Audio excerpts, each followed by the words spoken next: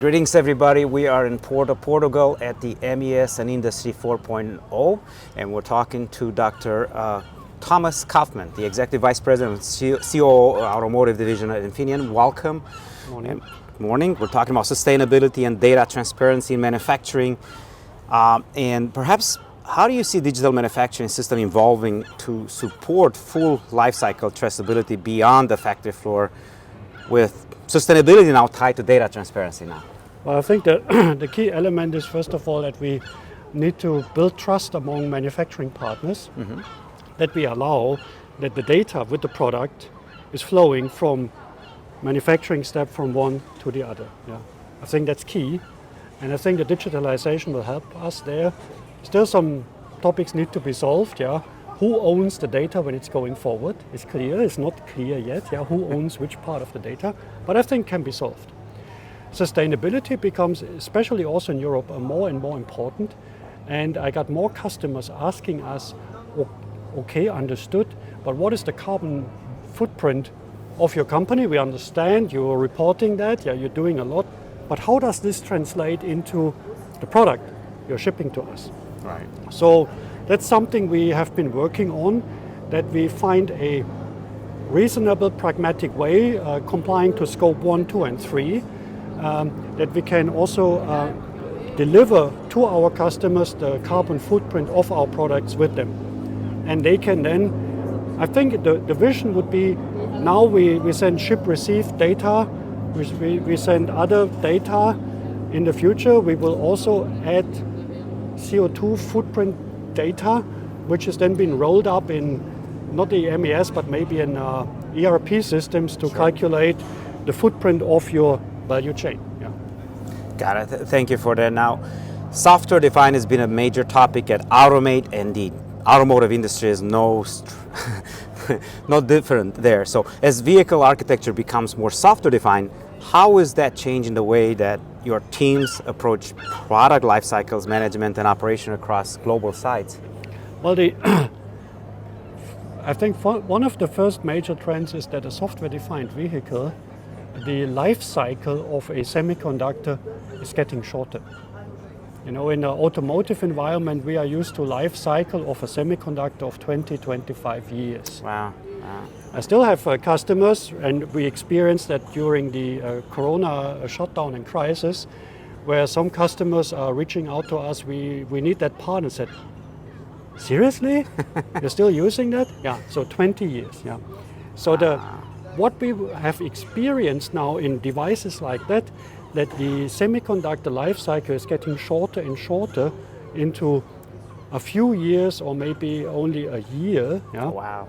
In some of those devices, we will see the same trend happening in the automotive world.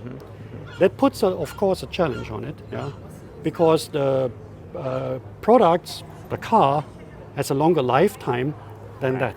But our end customers with a software-defined vehicle, they want this innovation from the semiconductors faster in the car.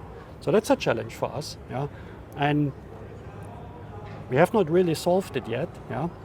Because, but we are aware that there's one thing changing. Usually in our industry, if you introduce a new semiconductor, the volume ramp takes over 2 years.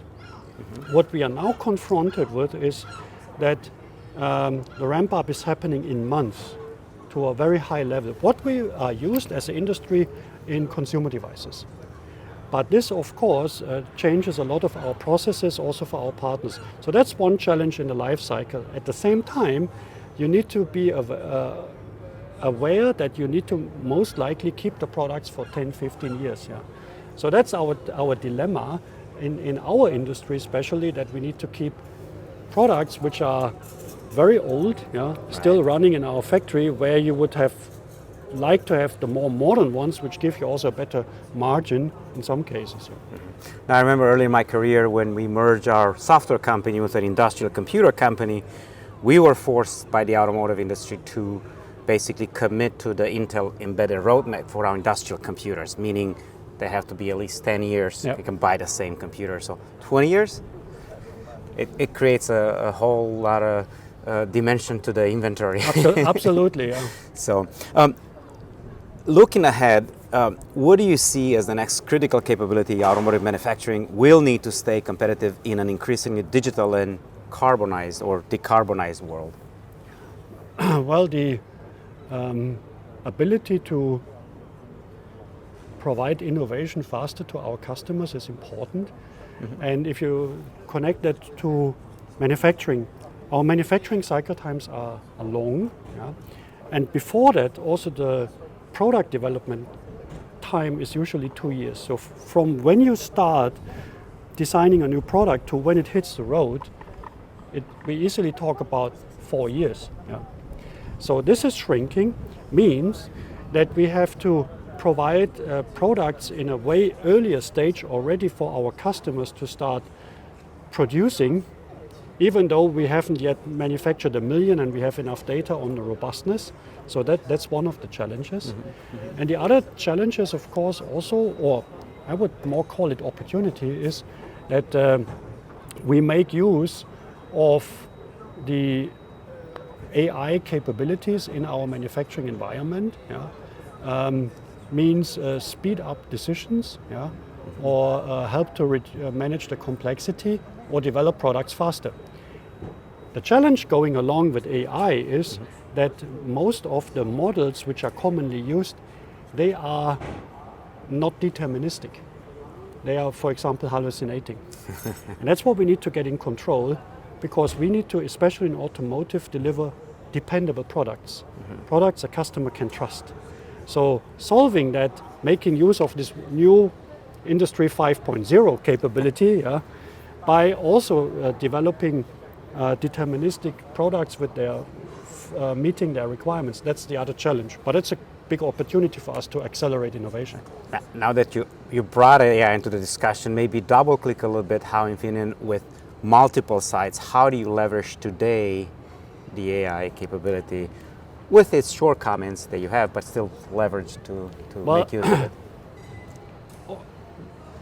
A very common usage in many factories is that you use AI for a chatbot, yeah, to assist, for example, maintenance engineers. Yeah, when there is a deviation, that instead of you rely on the super experienced engineer, yeah, the AI interface collects all the data, yeah, and makes already recommendations what would be the steps to do in this maintenance case, and then we reduce maintenance time. That's what. So give some ideas on how to address the problem. Give some guidance. Right. Yeah, give some guidance. Yeah.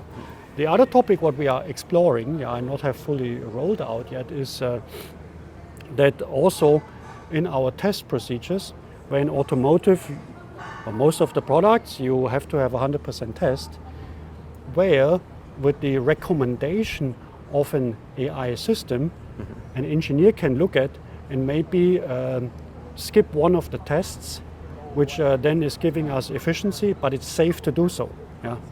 So we are trying to use an AI system, and then to guarantee the result is right, you still have the human in between, and you have to have a decision trail to say, okay, based on this recommendation, this is what we do.